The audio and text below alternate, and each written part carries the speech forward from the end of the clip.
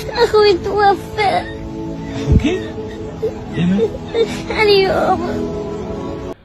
তোমাদের একই হয়েছে, তোমরা আল্লাহর পথে সেসব অসহায় নরনারী ও দুস্থ শিশু সন্তানদের বাঁচাবার জন্য লড়াই করো না, যারা নির্যাতনে কাতর হয়ে ফরিয়াদ করছে।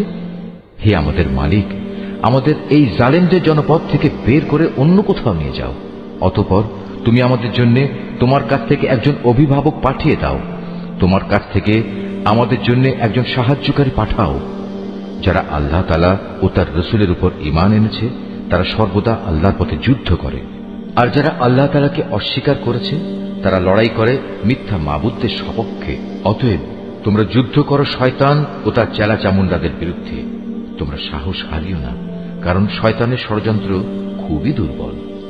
হে নবী, তুমি কি তাদের অবস্থা দেখোনি যাদের প্রথম দিকে যখন বলা হয়েছিল তোমরা আপাতত লড়াই থেকে নিজেদের হাত গুটিয়ে রাখো, এখন নামাজ প্রতিষ্ঠা করো এবং যাকাত প্রদান করো।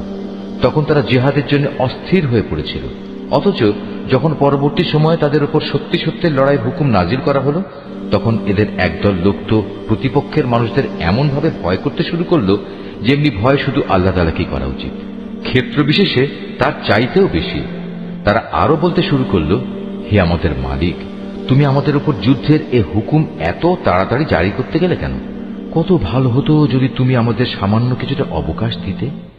হে নবী, তুমি বলো, দুনিয়ার এ ভোগ সামগ্রী অত্যন্ত সামান্য। যে ব্যক্তি আল্লাহ তাআলাকে ভয় করে তার জন্য পরকাল অনেক উত্তম, আর সেই পরকালে তোমাদের উপর কণা মাত্র অবিচার করা হবে না। তোমরা যেখানেই থাকো না কেন মৃত্যু এসে তোমাদের নাগাল পাবেই।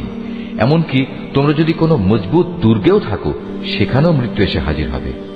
এদের অবস্থা হচ্ছে, যখন কোনো কল্যাণ তাদের স্পর্শ করে তখন তারা বলে, হ্যাঁ, এ তো আল্লাহর পক্ষ থেকেই এসেছে। অপরদিকে যখন তাদের কোনো ক্ষতি ও অকল্যাণ স্পর্শ করে তখন তারা বলে, এসব তো এসেছে তোমার কাছ থেকে। তুমি তাদের বলে দাও, কল্যাণ অকল্যাণ সব কিছুতে আসে আল্লাহর পক্ষ থেকে। এই জাতির হয়েছে কি? এরা মনে হয় কথাটি বুঝতেই চায় না। যে কল্যাণই তুমি লাভ করো না কেন মনে রেখো তা আল্লাহর পক্ষ থেকেই আসে, আর যেটুকু অকল্যাণ তোমার উপর আসে তা আসে তোমার নিজের কর্মদোষের কারণে। আমি তোমাকে মানুষদের জন্য রসুল বানিয়ে পাঠিয়েছি, আর সাক্ষী হিসেবে তো আল্লাহ তাআলাই যথেষ্ট। যে ব্যক্তি রসুলের আনুগত্য করে সে যেন আল্লাহরই আনুগত্য করে, আর যে ব্যক্তি তার আনুগত্য থেকে মুখ ফিরিয়ে নেয় তাদের উপর মনে রেখো আমি তোমাকে প্রহরী বানিয়ে পাঠাইনি। তারা মুখে মুখে বলে, আমরা তোমার আনুগত্য স্বীকার করি, কিন্তু তারা যখন তোমার কাছ থেকে দূরে সরে যায় তখন তাদের একদল লোক রাতের অন্ধকার সময়ে একত্রিত হয়ে ঠিক তুমি যা বলো তার বিরুদ্ধেই সলা পরামর্শ করে বেড়ায়। তারা রাতের বেলায় যা কিছু করে আল্লাহ তাআলা সেসব কর্মকাণ্ডগুলো ঠিক মতোই লিখে রাখছেন। অতএব তুমি এদের উপেক্ষা করে চলো এবং সর্ববিষয়ে শুধু আল্লাহ তাআলার উপরই ভরসা রাখো। অভিভাবক হিসেবে তো আল্লাহ তাআলাই যথেষ্ট। এরা কি কোরআন ও তার সূত্র নিয়ে চিন্তা গবেষণা করে না? এই গ্রন্থটা যদি আল্লাহ তাআলা ছাড়া অন্য কারো কাছ থেকে আসত তাহলে তাতে অবশ্যই তারা অনেক গরমিল দেখতে পেত। এদের কাছে যখনই নিরাপত্তা কিংবা ভয়ের কোনো খবর আসে তখন সত্য মিথ্যা না জেনেই এরা তা প্রচার করে বেড়ায়। অথচ তারা যদি এ জাতীয় খবর আল্লাহর রসুল এবং তাদের দায়িত্বপ্রাপ্ত ব্যক্তিকে জানিয়ে দিত তাহলে এমন সব লোকেরা তা জানতে পারত যারা তাদের মধ্যে থেকে সেই খবরের যথার্থতা যাচাই করতে পারত। যদি তোমাদের উপর আল্লাহর অনুগ্রহ না থাকত তাহলে এ প্রচারণার ফলে হাতে গোনা কিছু লোক ছাড়া তোমাদের অধিকাংশ লোকই শয়তানের অনুসারী হয়ে যেত। অতএব হে নবী, তুমি আল্লাহর পথে লড়াই করো, কেননা তোমাকে শুধু তোমার কাজকর্মের জন্যই দায়ী করা হবে এবং তুমি তোমার সাথী মোমেনদের আল্লাহ তাআলার পথে লড়াই করতে উদ্বুদ্ধ করতে থাকো। আল্লাহ তাআলা হয়তো অচিরেই এ কাফেরদের শক্তি চূর্ণ বিচূর্ণ করে দেবেন, কারণ আল্লাহ তাআলা শক্তিতে প্রবলতর, আবার শাস্তি দানেও তিনি কঠোরতর। যদি তার জন্য কোনো ব্যক্তি কোনো ভালো কাজে সুপারিশ করে তাহলে তাতে অবশ্যই তার অংশ থাকবে, আবার যে ব্যক্তি কোনো অন্যায় কাজের ব্যাপারে সুপারিশ করবে তাহলে তার সৃষ্ট অকল্যাণেও তার সমপরিমাণ অংশ থাকবে। আল্লাহ তাআলাই তোমাদের সব ধরনের কাজের একক নিয়ন্ত্রণকারী। যখন তোমাদের সালাম দ্বারা অভিবাদন জানানো হয় তখন তোমরা তার চাইতেও উত্তম পন্থায় তার জবাব দাও। উত্তম ভাবে না হলেও কমপক্ষে যতটুকু সে দিয়েছে ততটুকুই ফেরত দাও। অবশ্যই আল্লাহ তাআলা সব কিছুর পুঙ্খানুপুঙ্খ হিসাব রাখেন। আল্লাহ তাআলা এক মহান সত্তা, তিনি ছাড়া দ্বিতীয় কোনো মাবুদ নেই। অবশ্যই তিনি তোমাদের কিয়ামতের দিন এক জায়গায় জড়ো করবেন। সেদিনের ব্যাপারে কোনো রকম সন্দেহ নেই। আর এমন কে আছে যে আল্লাহ তাআলার চাইতে বেশি সত্য কথা বলতে পারে? এ কি হলো তোমাদের? তোমরা মুনাফিকদের ব্যাপারে দুদলে বিভক্ত হয়ে গেলে, বিশেষ করে যখন স্বয়ং আল্লাহ তাআলাই তাদের কৃতকর্মের জন্য তাদের উপর অভিশাপ নাজিল করেছেন। আল্লাহ তাআলা যাদের পথভ্রষ্ট করে দিয়েছেন, তোমরা কি তাদের সঠিক পথে আনতে চাও? বস্তুত আল্লাহ তাআলা যাকে পথভ্রষ্ট করেন তার জন্য তুমি কোনো পথে খুঁজে পাবে না। তারা তো এটাই কামনা করে যে তারা যেভাবে কুফরি করেছে তোমরাও তেমনি কুফরি করো, তাহলে তোমরা উভয়ে একই রকম হয়ে যেতে পারো। কাজেই তুমি তাদের মধ্যে থেকে কাউকেও নিজের বন্ধুরূপে গ্রহণ করো না, যতক্ষণ না তারা আল্লাহ তাআলার পথে নিজেদের ভিটে মাটি ছেড়ে ঈমানের প্রমাণ না দেবে। আর যদি তারা হিজরতের এই কাজটি না করে, তাহলে তোমরা তাদের যেখানেই পাবে গ্রেফতার করবে এবং যুদ্ধরত শত্রুদের সহযোগিতা করার জন্য তাদের হত্যা করবে। আর কোনো অবস্থায় তাদের মধ্যে থেকে কাউকে তোমরা বন্ধু ও সাহায্যকারী হিসেবে গ্রহণ করো না। অবশ্য তাদের কথা আলাদা, যারা তোমাদের সাথে চুক্তিবদ্ধ কোনো একটি সম্প্রদায়ের সাথে এসে মিলিত হবে। আবার তাদের ব্যাপারও নয়, যারা তোমাদের সামনে এমন মানসিক অবস্থা নিয়ে আসে যে মূলত তাদের অন্তর তোমাদের সাথে যেমনি লড়াই করতে বাধা দেয়, তেমনি নিজেদের জাতির বিরুদ্ধেও তাদের লড়াই করতে বাধা দেয়। অপরদিকে আল্লাহ তাআলা যদি চাইতেন, তিনি তোমাদের উপর এদের ক্ষমতাবান করে দিতে পারতেন। তেমন অবস্থায় তারা অবশ্যই তোমাদের সাথে লড়াই করত। অতএব এরা যদি তোমাদের কাছ থেকে আলাদা হয়ে যায়, ময়দানের লড়াই থেকে বিরত থাকে এবং তোমাদের কাছে শান্তি ও সন্ধির প্রস্তাব পাঠায়, তাহলে তাদের বিরুদ্ধে অভিযানের কোনো পন্থাই আল্লাহ তাআলা তোমাদের জন্য উন্মুক্ত রাখেননি। এই মুনাফিকদের মাঝে তোমরা এমন আর এক দল পাবে, যারা তোমাদের দিক থেকে যেমন শান্তি ও নিরাপত্তা পেতে চায়, তেমনি তারা তাদের নিজেদের জাতির কাছ থেকেও নিরাপত্তা ও নিশ্চয়তা পেতে চায়। কিন্তু এদের যখনই কোনো বিপর্যয় সৃষ্টির কাজের দিকে ডাক দেয়া হবে, তখন সাথে সাথেই এরা তোমাদের বিরুদ্ধে ঝাঁপিয়ে পড়বে। এরা যদি সত্যিই তোমাদের সাথে যুদ্ধ করা থেকে সরে না দাঁড়ায় এবং কোনো শান্তি ও সন্ধি প্রস্তাব তোমাদের কাছে পেশ না করে এবং নিজেদের অস্ত্র সংবরণ না করে, তাহলে তাদের তোমরা যেখানেই পাবে গ্রেফতার করবে এবং চরম বিদ্রোহের জন্য তাদের তোমরা হত্যা করবে। মূলত এরাই হচ্ছে সেসব লোক যাদের উপর আমি তোমাদের সুস্পষ্ট ক্ষমতা দান করেছি। এটা কোনো ইমানদার ব্যক্তির কাজ নয় যে সে আরেকজন ইমানদার ব্যক্তিকে হত্যা করবে। অবশ্য ভুলবশত করে ফেললে তা সম্পূর্ণ ভিন্ন কথা। যদি কোনো ইমানদার ব্যক্তি আরেকজন ইমানদার ব্যক্তিকে ভুল করে হত্যা করে, তাহলে তার বিনিময় হচ্ছে সে একজন দাস মুক্ত করে দেবে এবং তার সাথে নিহত ব্যক্তির পরিবার পরিজনকে তার রক্তের ন্যায়সঙ্গত মূল্য পরিশোধ করে দেবে। তবে নিহত ব্যক্তির পরিবারের লোকেরা যদি রক্তমূল্য মাফ করে দেয়, তবে তা স্বতন্ত্র কথা। এই নিহত ইমানদার ব্যক্তি যদি এমন কোন জাতির বা গোত্রের লোক হয় যারা তোমাদের শত্রু, তাহলে তার বিনিময় হবে শুধু একজন মোমেন দাসের মুক্তি। অপরদিকে নিহত ব্যক্তি যদি এমন এক সম্প্রদায়ের কেউ হয়ে থাকে যাদের সাথে তোমাদের কোনো সন্ধি চুক্তি বলবৎ আছে, তবে তার রক্তের মূল্য আদায় করা ও একজন ইমানদার দাসের মুক্তিও অপরিহার্য। যে ব্যক্তি মুক্ত করার জন্য কোনো দাস পাবে না, তার বিধান হচ্ছে ক্রমাগত 2 মাসের রোজা রাখা। এ হচ্ছে আল্লাহ তাআলার পক্ষ থেকে মানুষের তওবা কবুল করানোর ব্যবস্থা মাত্র। বস্তুত আল্লাহ তাআলা সর্বজ্ঞ, কুশলী। যে ব্যক্তি ইচ্ছাকৃতভাবে কোনো ইমানদার ব্যক্তিকে হত্যা করবে, তার শাস্তি হচ্ছে জাহান্নাম। সেখানে সে অনন্তকাল ধরে পড়ে থাকবে। আল্লাহ তাআলা তার উপর ভয়ানক রুষ্ট, তাকে তিনি লানত দেন। আল্লাহ তাআলা তার জন্য যন্ত্রণাদায়ক আযাব প্রস্তুত করে রেখেছেন। হে ইমানদার ব্যক্তিরা, তোমরা যখন আল্লাহ তাআলার পথে জিহাদের রাস্তায় বের হবে, তখন বিচার বুদ্ধি প্রয়োগ করবে। কোন ব্যক্তি কিংবা সম্প্রদায় যখন তোমাদের সামনে শান্তি ও সন্ধির প্রস্তাব পেশ করে, তখন কিছু বৈষয়িক ধন সম্পদের প্রত্যাশায় তাকে তোমরা বলো না যে না, তুমি ইমানদার নও। আসলে আল্লাহ তাআলার কাছে অনায়াসলভ্য সম্পদ প্রচুর রয়েছে, সম্পদের প্রচুর ভান্ডার পড়ে আছে। আগে তোমরাও ছিলে এমনি, অতঃপর আল্লাহ তাআলা তোমাদের উপর অনুগ্রহ করেছেন। কাজেই তোমরা বিষয়টি যাচাই বাছাই করে নিও। তোমরা যা কিছুই করো, আল্লাহ তাআলা সে ব্যাপারে সম্যক অবগত আছেন। মোমেনদের মাঝে যারা কোন রকম শারীরিক পঙ্গুত্ব ও অক্ষমতা না থাকা সত্ত্বেও বসে থেকেছে, আর যারা নিজেদের জান ও মাল দিয়ে আল্লাহ তাআলার পথে জিহাদে অবতীর্ণ হয়েছে, এরা উভয়ে কখনো সমান নয়। ঘরে বসে থাকা লোকদের তুলনায় ময়দানের মুজাহিদদের যারা নিজেদের জান মাল দিয়ে আল্লাহ তাআলার পথে জিহাদ করেছে, আল্লাহ তাআলা তাদের উঁচু মর্যাদা দান করেছেন। জিহাদ তখনও ফরজ ঘোষিত না হওয়ায় এদের সবার জন্য আল্লাহ তাআলা উত্তম পুরস্কারের ওয়াদা করেছেন। কিন্তু এটা ঠিক, আল্লাহ তাআলা ঘরে বসে থাকা লোকদের উপর সংগ্রামরত ময়দানের মুজাহিদদের অনেক শ্রেষ্ঠত্ব দান করেছেন।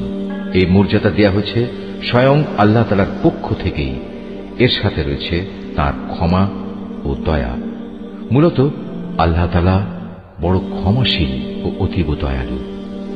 যারা নিজেদের উপর জুলুম করেছিল তাদের প্রাণ কেড়ে নেওয়ার সময় মওতের ফেরেশতারা যখন তাদের জিজ্ঞেস করবে, বলতো এর আগে সেখানে তোমরা কিভাবে ছিলে?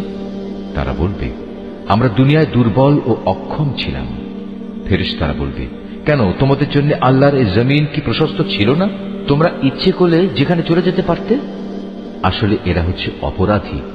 এরা হচ্ছে সেসব লোক যাদের আবাসস্থল হচ্ছে জাহান্নাম, আর তা কত নিকৃষ্টতম আবাস।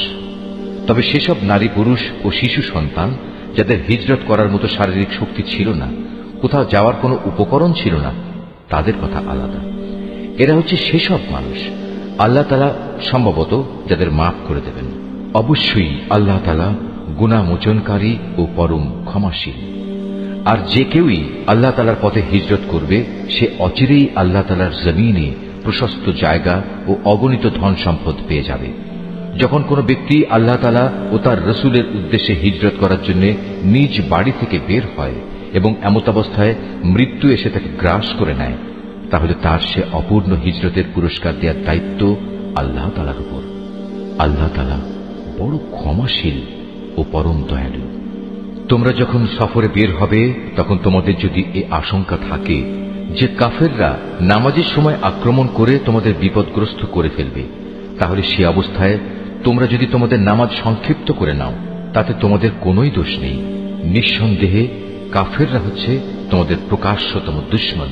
হে নবী, তুমি যখন মুসলমানদের মাঝে অবস্থান করবে এবং যুদ্ধাবস্থায় যখন তুমি তাদের ইমামতির জন্য নামাজে দাঁড়াবে, তখন যেন তাদের একদল লোক তোমার সাথে নামাজে দাঁড়ায় এবং তারা যেন তাদের অস্ত্র সাথে নিয়ে সতর্ক থাকে। অতঃপর তারা যখন নামাজের সাজদা সম্পন্ন করে নেবে তখন তারা তোমাদের পেছনে থাকবে। দ্বিতীয় দল যারা নামাজ তখনও পড়েনি তারা তোমার সাথে এসে নামাজ আদায় করবে, কিন্তু সর্বাবস্থায় তারা যেন সতর্কতা অবলম্বন করে এবং সশস্ত্র অবস্থায় থাকে। কারণ কাফেররা তো এই সুযোগটুকুই চায় যে যদি তোমরা তোমাদের মাল সামানা ও অস্ত্রশস্ত্র সম্পর্কে একটু অসাবধান হয়ে যাও, যাতে তারা তোমাদের উপর আকস্মিকভাবে ঝাঁপিয়ে পড়তে পারে। অবশ্য অতিরিক্ত বৃষ্টি বাদলের জন্য যদি তোমাদের কষ্ট হয় কিংবা শারীরিকভাবে তোমরা যদি অসুস্থ হও, তাহলে কিছুক্ষণের জন্য তোমরা অস্ত্র রেখে দিতে পারো। কিন্তু অস্ত্র রেখে দিলেও তোমরা কিন্তু নিজেদের সাবধানতা বজায় রাখবে। অবশ্যই আল্লাহ তাআলা কাফেরদের জন্য এক অপমানকর আযাব নির্দিষ্ট করে রেখেছেন।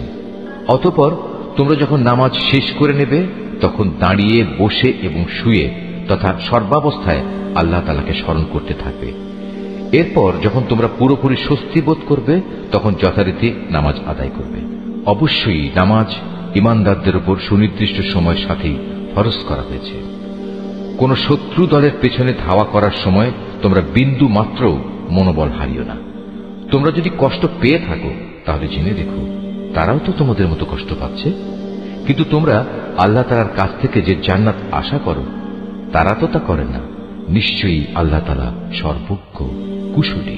অবশ্যই আমি সত্য দ্বীনের সাথে তোমার উপর এই গ্রন্থ নাজিল করেছি, যাতে করে আল্লাহ তাআলা তোমাকে যা জ্ঞানের আলো দেখিয়েছেন তার আলোকে তুমি মানুষদের বিচার মীমাংসা করতে পারো। তবে বিচার ফয়সালার সময় তুমি কখনো বিশ্বাসঘাতকদের পক্ষে তর্ক করো না। তুমি আল্লাহ তাআলার কাছে ক্ষমা প্রার্থনা করো। অবশ্যই আল্লাহ তাআলা বড় ক্ষমাশীল ও পরম দয়ালু। যারা নিজেদের সাথে বিশ্বাসঘাতকতা করে তুমি কখনো এমন সব লোকের পক্ষে কথা বলো না, কেননা আল্লাহ তাআলা এই পাপিষ্ঠ বিশ্বাসঘাতকদের কখনো পছন্দ করেন না। এরা মানুষদের কাছ থেকে নিজেদের কর্ম লুকিয়ে রাখতে চায়, কিন্তু আল্লাহ তাআলার কাছ থেকে তারা কিছুই লুকোতে পারবে না।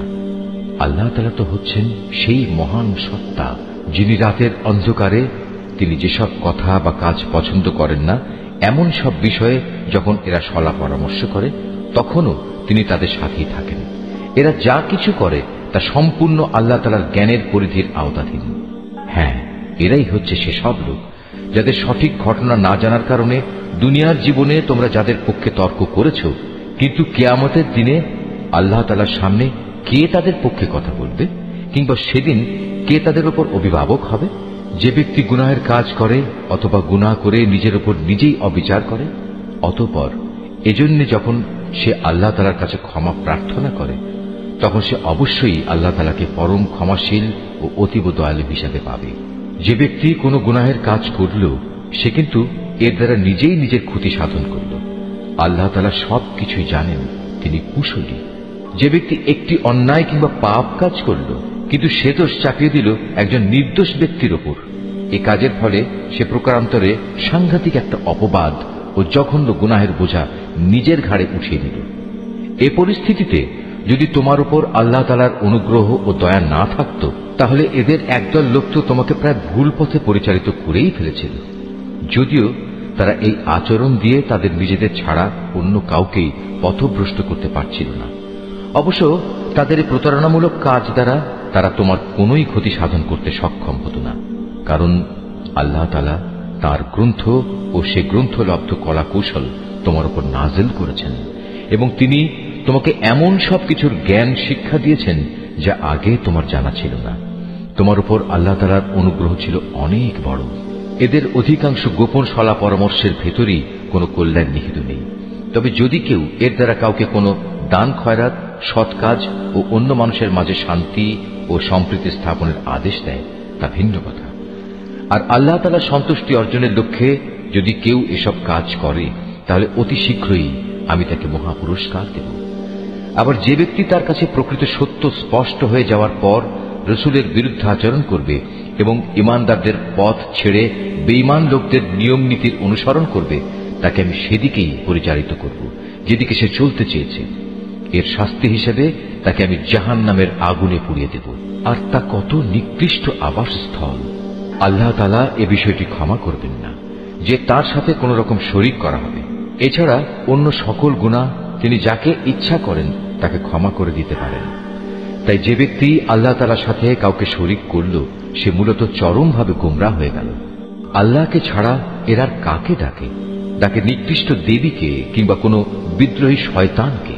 তার উপর আল্লাহ তাআলা অভিশাপ বর্ষণ করেছেন, কারণ সে আল্লাহকে চ্যালেঞ্জ দিয়ে বলেছিল, আমি তোমার বান্দাদের এক অংশকে নিজের দলে শামিল করেই ছাড়ব।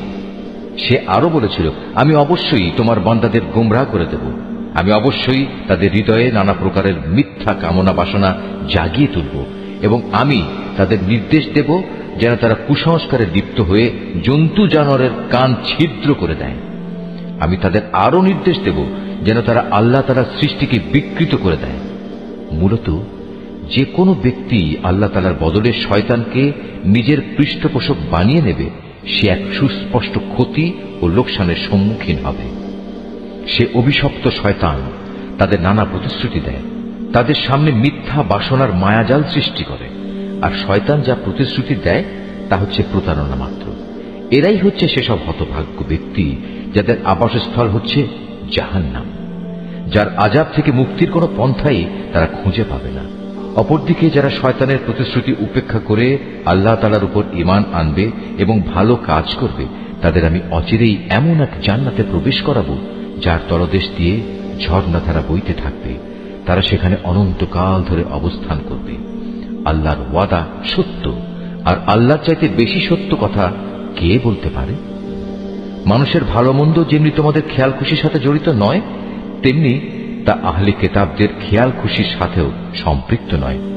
আসল কথা হচ্ছে যে ব্যক্তি কোনো গুনাহের কাজ করবে তাকে তার প্রতিফল ভোগ করতে হবে, আর এ পাপী ব্যক্তি সেদিন আল্লাহ তাআলা ছাড়া অন্য কাউকেই নিজেদের পৃষ্ঠপোষক ও সাহায্যকারী হিসেবে পাবে না। পক্ষান্তরে যে ব্যক্তি কোনো ভালো কাজ করবে, নর কিংবা নারী, সে যদি ঈমানদার অবস্থায় তা সম্পাদন করে তাহলে সে এবং তার মতো সব লোক অবশ্যই জান্নাতে প্রবেশ করবে। পুরস্কার দেওয়ার সময় তাদের উপর বিন্দু মাত্র অবিচার করা হবে না। তার চাইতে উত্তম জীবন বিধান আর কার হতে পারে যে আল্লাহ তাআলার নির্দেশের সামনে মাথা নত করে দেয়? মূলত সেই হচ্ছে নিষ্ঠাবান ব্যক্তি। তদুপরি সে নিষ্ঠার সাথে ইব্রাহিমের আদর্শ মেনে চলে।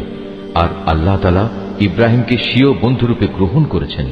আসমান ও জমিনে যা কিছু আছে তার সবকিছুই আল্লাহ তাআলার জন্য। আর আল্লাহ তাআলা তাঁর ক্ষমতা দিয়ে সবকিছুই পরিবেষ্টন করে আছেন।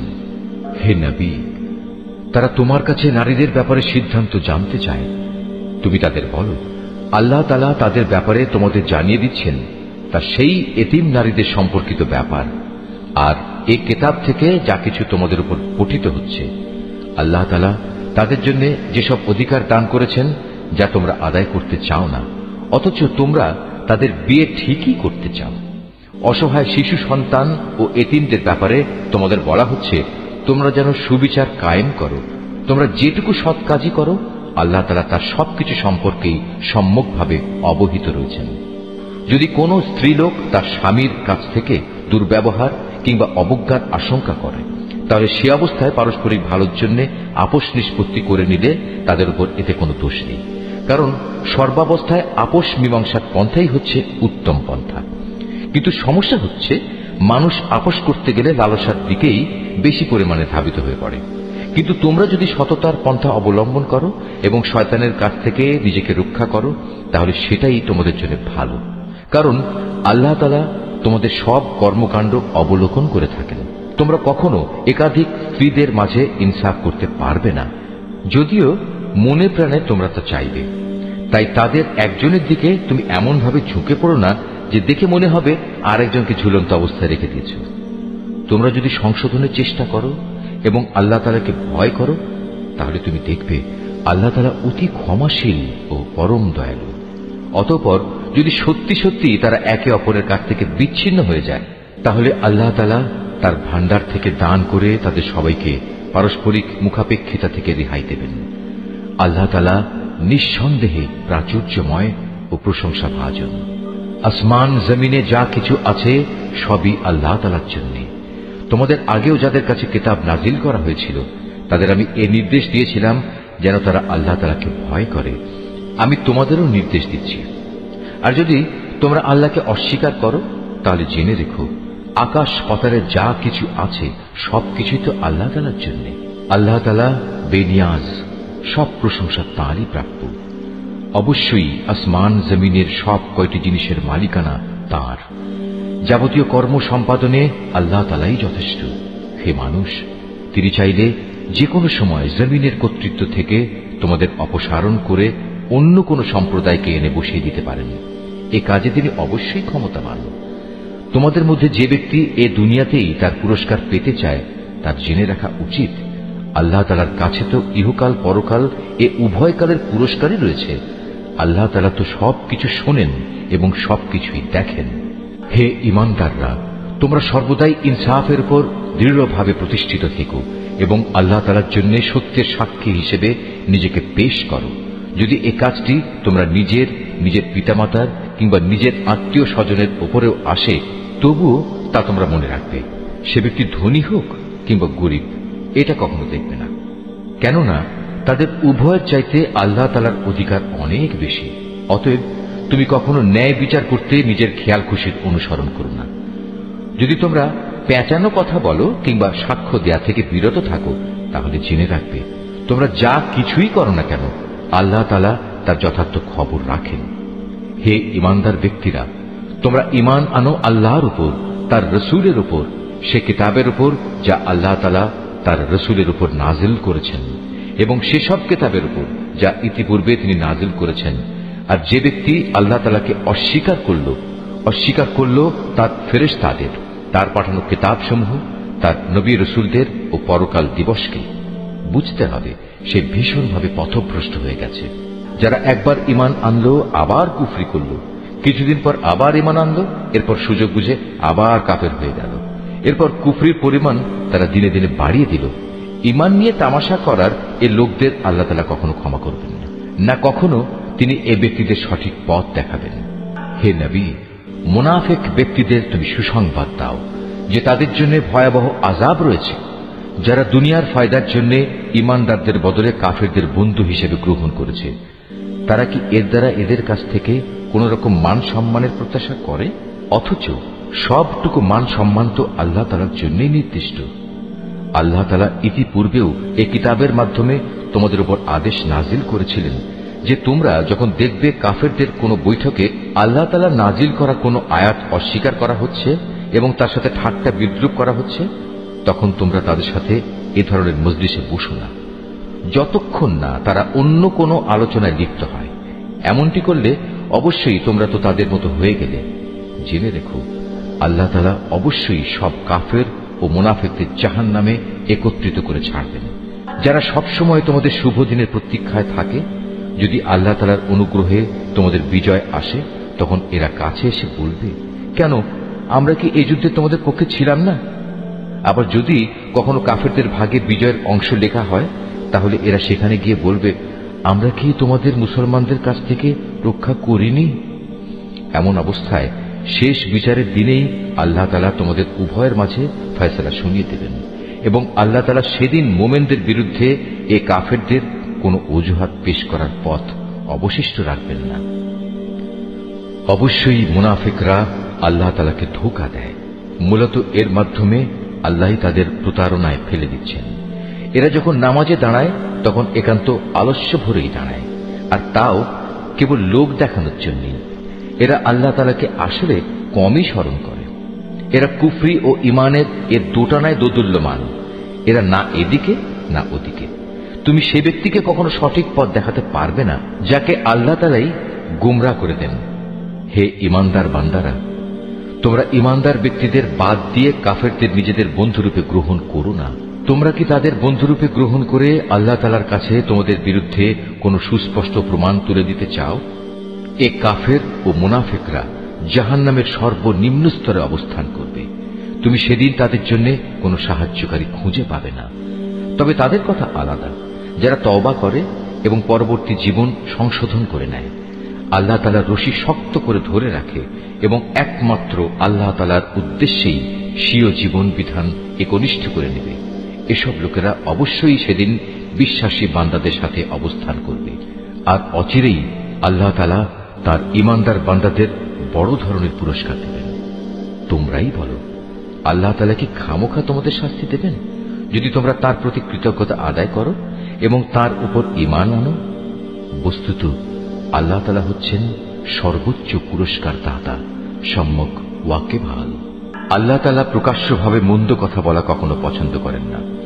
তবে যে ব্যক্তির উপর অবিচার করা হয়েছে তার কথা আলাদা। আল্লাহ তাআলা ভালোভাবে শোনেন এবং জানেন। ভালো কাজ তোমরা প্রকাশ্যে করো কিংবা তা গোপনে করো, অথবা কোনো মন্দ কাজের জন্য যদি তোমরা ক্ষমা করে দাও, তাহলে তোমরাও দেখতে পাবে আল্লাহ তাআলা অতি ক্ষমাশীল ও প্রবল শক্তিমান। যারা আল্লাহ তাআলা ও তার রসুলদের অবিশ্বাস করে এবং আল্লাহ তাআলা ও রসুলদের মাঝে এই বলে একটা পার্থক্য করতে চায় যে আমরা রসুলদের কয়েকজনকে স্বীকার করি আবার কয়েকজনকে অস্বীকার করি, এর দ্বারা আসলে এরা নিজেদের জন্য একটা মাঝামাঝি রাস্তা বের করে নিতে চায়। এরাই হচ্ছে সত্যিকারের কাফের, আর আমি এ কাফেরদের জন্যই নির্দিষ্ট করে রেখেছি এক চরম লাঞ্ছনাদায়ক শাস্তি। অপরদিকে যারা আল্লাহ তাআলা ও তার রসুলের উপর ঈমান আনে এবং তার পাঠানো নবী রসুলদের একজনের সাথে আরেকজনের কোন রকম পার্থক্য করে না, এরাই হচ্ছে সেসব লোক যাদের তিনি অচিরেই অনেক পুরস্কার দান করবেন। প্রকৃতপক্ষে আল্লাহ তাআলা অত্যন্ত ক্ষমাশীল ও মহাদয়ালু।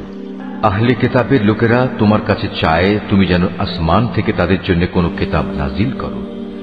এরা তো মুসার কাছে এর চাইতে বড় রকমের দাবি পেশ করেছিল। তখন তারা বলেছিল, হে মুসা, তুমি স্বয়ং আল্লাহ তাআলাকেই আমাদের প্রকাশ্যভাবে দেখিয়ে দাও। অতঃপর তাদের এই বাড়াবাড়ির জন্য তাদের উপর প্রচন্ড বজ্রপাত এসে নিপতিত হয়েছে এবং এ সম্পর্কিত সুস্পষ্ট প্রমাণসমূহ তাদের কাছে আসার পরেও তারা গোবাছুরকে উপাস্য হিসেবে গ্রহণ করেছে। অতঃপর আমি তাদের এ অপরাধ ক্ষমা করে দিলাম এবং আমি মুসাকে স্পষ্ট প্রমাণসহ কিতাব দান করলাম। এদের ওপর তুর পাহাড়কে উঠিয়ে উঁচু করে ধরে আমি এদের কাছ থেকে আনুগত্যের প্রতিশ্রুতি আদায় করেছিলাম। আমি তাদের বলেছিলাম, নগরের দ্বার প্রান্ত দিয়ে ভেতরে প্রবেশ করার সময় তোমরা একান্ত অনুগত হয়ে ঢুকবে। আমি তাদের আরো বলেছিলাম, তোমরা শনিবারে মাছ ধরে আমার বিধানের সীমা লঙ্ঘন করো না। এ ব্যাপারে আমি তাদের কাছ থেকে শক্ত প্রতিশ্রুতি আদায় করে নিয়েছিলাম। অতঃপর তাদের পক্ষ থেকে এই প্রতিশ্রুতি ভঙ্গ করা, আল্লাহর আয়াতসমূহকে তাদের অস্বীকার করা এবং অন্যায়ভাবে আল্লাহ তাআলার নবীদের তাদের হত্যা করা, তদুপরি তাদের একথা বলা আমাদের হৃদয়ে বাতিল চিন্তাধারায় আচ্ছাদিত হয়ে আছে। প্রকৃতপক্ষে তাদের ক্রমাগত অস্বীকার করার কারণে আল্লাহ তাআলা স্বয়ং তাদের দিলের উপর মোহর মেরে দিয়েছেন।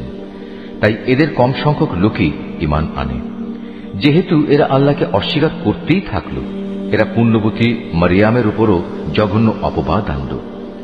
তাদের এই মিথ্যা উক্তি যে আমরা অবশ্যই মারিয়ামের পুত্র ঈসাকে হত্যা করেছি, যিনি ছিলেন আল্লাহর রসূল। যদিও আসল ঘটনা হচ্ছে তারা কখনোই তাকে হত্যা করেনি, তারা তাকে শূলবিদ্ধও করেনি। মূলত তাদের কাছে ধাঁধার কারণে এমনই একটা কিছু মনে হয়েছিল।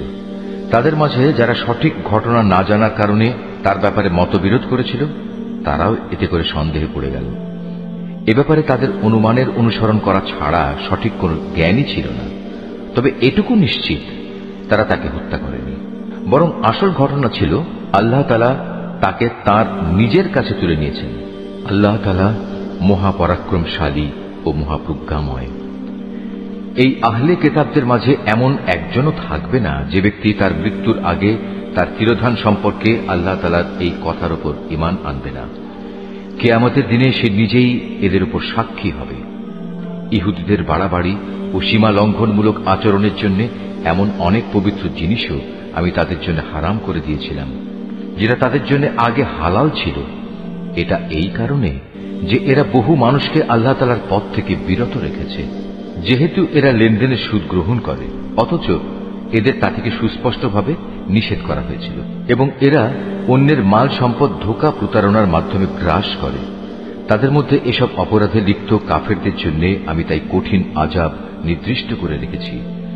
কিন্তু তাদের মধ্যে যাদের আবার জ্ঞানের গভীরতা রয়েছে, তারা এবং এমন সব ঈমানদার যারা তোমার উপর যা কিছু নাজিল হয়েছে তার উপর বিশ্বাস করে, সাথে সাথে তোমার পূর্ববর্তী নবী ও রসুলদের উপর যা নাজিল হয়েছে তার উপরও বিশ্বাস করে, নামাজ প্রতিষ্ঠা করে, যাকাত আদায় করে, সর্বোপরি আল্লাহ তাআলা ও শেষ দিনের উপর ঈমান আনে। মূলত এরাই হচ্ছে সেসব সৌভাগ্যবান মানুষ যাদের অচিরেই আমি মহাপুরস্কার দেব।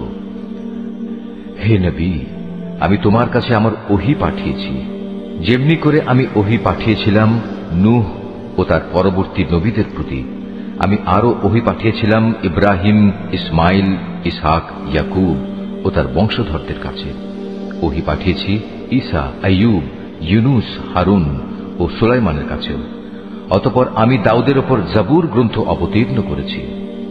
রসুলদের মাঝে এমনও অনেকে আছে যাদের কথা ইতিপূর্বে আমি তোমার কাছে বলেছি, কিন্তু এদের মাঝে বহু রসুল এমনও আছে যাদের নাম ঠিকানা কিছুই আমি তোমাকে বলিনি। মুসার সাথে তো আল্লাহ তাআলা কথাও বলেছেন। রসুলরা ছিল জান্নাতের সুসংবাদবাহী ও জাহান্নামের ভয় প্রদর্শনকারী। তাদের এজন্যই পাঠানো হয়েছিল যাতে করে রসুলদের আগমনের পর আল্লাহ তাআলার উপর মানব জাতির কোনো অজুহাত খাড়া করার সুযোগ না থাকে। সত্যি আল্লাহ তাআলা মহাপরাক্রমশালী ও প্রজ্ঞাময়। কিন্তু মানুষ যত অজুহাতই পেশ করুক না কেন, আল্লাহ তোমার উপর যা কিছু নাজিল করেছেন তা তাঁর প্রত্যক্ষ জ্ঞানের মাধ্যমেই করেছেন। ফেরেশতারাও তো একথার সাক্ষ্য দেবে, যদিও ওহীর সাক্ষ্য প্রদানের জন্য আল্লাহ তাআলা একাই যথেষ্ট। নিশ্চয়ই যারা এই ওহী অস্বীকার করে এবং অন্য মানুষদেরও আল্লাহ তাআলার পথ থেকে সরিয়ে রাখে, তারা আসলে গুমরাহি ও পথভ্রষ্টতায় অনেক দূর এগিয়ে গেছে।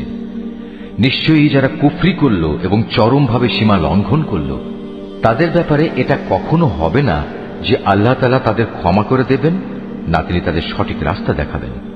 হ্যাঁ, একটি মাত্র রাস্তাই তাদের জন্য উন্মুক্ত থাকবে, এবং তা হচ্ছে জাহান্নামের রাস্তা, যেখানে তারা অনন্তকাল ধরে পড়ে থাকবে। শাস্তি প্রদানের এ কাজ আল্লাহর জন্য খুবই সহজ। হে মানুষরা, আল্লাহ তাআলার কাছ থেকে তোমাদের জন্য সঠিক বিধান নিয়ে রসুল এসেছে। যদি তার আনিত এই বিধানের উপর তোমরা ঈমান আনো, এতেই তোমাদের জন্য কল্যাণ রয়েছে, আর তোমরা যদি তা মেনে নিতে অস্বীকার করো তাহলে জেনে রেখো এই আসমান জমিনের সর্বত্র যেখানে যা কিছু আছে তার সবকিছুই আল্লাহ তাআলার জন্য এবং আল্লাহ তাআলা সর্বজ্ঞ কুশলী। হে কিতাবধারীরা, নিজেদের দ্বীনের ব্যাপারে তোমরা বাড়াবাড়ি করো না এবং ঈসার ঘটনা নিয়ে আল্লাহ তাআলার সম্পর্কে সত্য ছাড়া কোনো মিথ্যা বলো না। সে সত্য কথা হচ্ছে এই যে মরিয়ামের পুত্র মসীহ ছিল একজন রাসূল ও তার এমন এক বাণী যা তিনি মরিয়ামের ওপর প্রেরণ করেছেন এবং সে ছিল আল্লাহ তাআলার কাছ থেকে পাঠানো এক রূহ। অতএব হে আহলে কিতাবরা, তোমরা আল্লাহ তাআলা ও তার রাসূলদের উপর ঈমান আনো আর কখনো এটা বলো না যে মাবুদের সংখ্যা ৩। এ জঘন্য মিথ্যা থেকে তোমরা বেঁচে থেকো, এটাই তোমাদের জন্য উত্তম। নিঃসন্দেহে আল্লাহ তাআলা তিনি তো একক মাবুদ। আল্লাহ তাআলা এ মূর্খতা থেকে অনেক পবিত্র যে তার কোনো সন্তান থাকবে। এ আকাশ ও ভূমণ্ডলের সব কিছুর মালিকানাই তো তাঁর, আর অভিভাবক হিসেবে আল্লাহ তাআলা যথেষ্ট। ঈসা মসীহ কখনো এতে বিন্দু মাত্র নিজেকে হেয় মনে করেননি যে সে নিজে আল্লাহ তাআলার বান্দা। আল্লাহ তাআলার একান্ত ঘনিষ্ঠ ফেরেশতারাও একে লজ্জাকর মনে করেনি। কোন ব্যক্তি যদি আল্লাহ তাআলার বন্দেগী করা সত্যি লজ্জাকর বিষয় মনে করে এবং এটা ভেবে সে অহংকার করে, তার জানা উচিত অচিরেই আল্লাহ তাআলা এদের সকলকে তার সামনে একত্রিত করে দণ্ডাজ্ঞা দান করবেন। যেসব মানুষ আল্লাহ তাআলার উপর ঈমান এনেছে এবং ভালো কাজ করেছে, সেদিন তিনি তাদের এর জন্য পুরোপুরি পুরস্কার দেবেন। আল্লাহ তাআলা তাঁর একান্ত অনুগ্রহ থেকে তাদের পাওনা আরো বাড়িয়ে দেবেন। অপরদিকে যারা আল্লাহ তাআলার বিধান মেনে নেয়া লজ্জাজনক কিছু মনে করল এবং অহংকার করল, তাদের সবাইকেই আল্লাহ তাআলা কঠোর শাস্তি দান করবেন। সেদিন তারা আল্লাহকে ছাড়া দ্বিতীয় কোনো অভিভাবক ও সাহায্যকারী পাবে না। হে মানুষ, তোমাদের মালিকের কাছ থেকে তোমাদের কাছে একটি উজ্জ্বল প্রমাণ এসেছে এবং আমি তোমাদের কাছে উজ্জ্বল জ্যোতি নাজিল করেছি। অতঃপর যারা সে জ্যোতি দিয়ে ঈমান আনল এবং তাকে শক্ত করে আঁকড়ে ধরল, আল্লাহ তাআলা তাদের অচিরেই তার অফুরন্ত দয়া ও অনুগ্রহে জান্নাতে প্রবেশ করাবেন এবং তাদের তিনি সঠিক পথে পরিচালিত করবেন। হে নবী, তারা তোমার কাছে বিভিন্ন বিষয়ে ফতোয়া জানতে চায়। তুমি বলো, আল্লাহ তাআলা সে ব্যক্তির উত্তরাধিকার সংক্রান্ত ব্যাপারে তোমাদের তার সিদ্ধান্ত জানাচ্ছেন যার মাতা পিতা কেউই নেই, আবার তার নিজেরও কোনো সন্তান নেই। এ ধরনের কোনো ব্যক্তি যদি মারা যায় এবং সে ব্যক্তি যদি সন্তানহীন হয় এবং তার একটি বোন থাকে, তাহলে সে বোনটি সে মৃত ব্যক্তির পরিত্যক্ত সম্পত্তির অর্ধাংশের মালিক হবে। অপরদিকে সে যদি নিঃসন্তান হয়, তাহলে সে তার বোনের সম্পত্তির উত্তরাধিকারী হবে। আবার যদি তারা দুজন হয়, তাহলে তারা দুই বোন সেই পরিত্যক্ত সম্পত্তির 3 ভাগের 2 ভাগ অংশের মালিক হবে। যদি সে ভাই বোনেরা কয়েকজন হয়, তাহলে মেয়েদের অংশ 1 ভাগ ও পুরুষদের অংশ 2 ভাগ হবে। আল্লাহ তাআলা উত্তরাধিকারের এ আইন কানুন অত্যন্ত সুস্পষ্টভাবে তোমাদের জন্য বলে দিয়েছেন, যাতে করে মানুষের উদ্ভাবিত বন্টন পদ্ধতিতে তোমরা বিভ্রান্ত হয়ে না পড়ো। আল্লাহ তাআলা সব কিছুর ব্যাপারেই সম্যক ওয়াকিবহাল।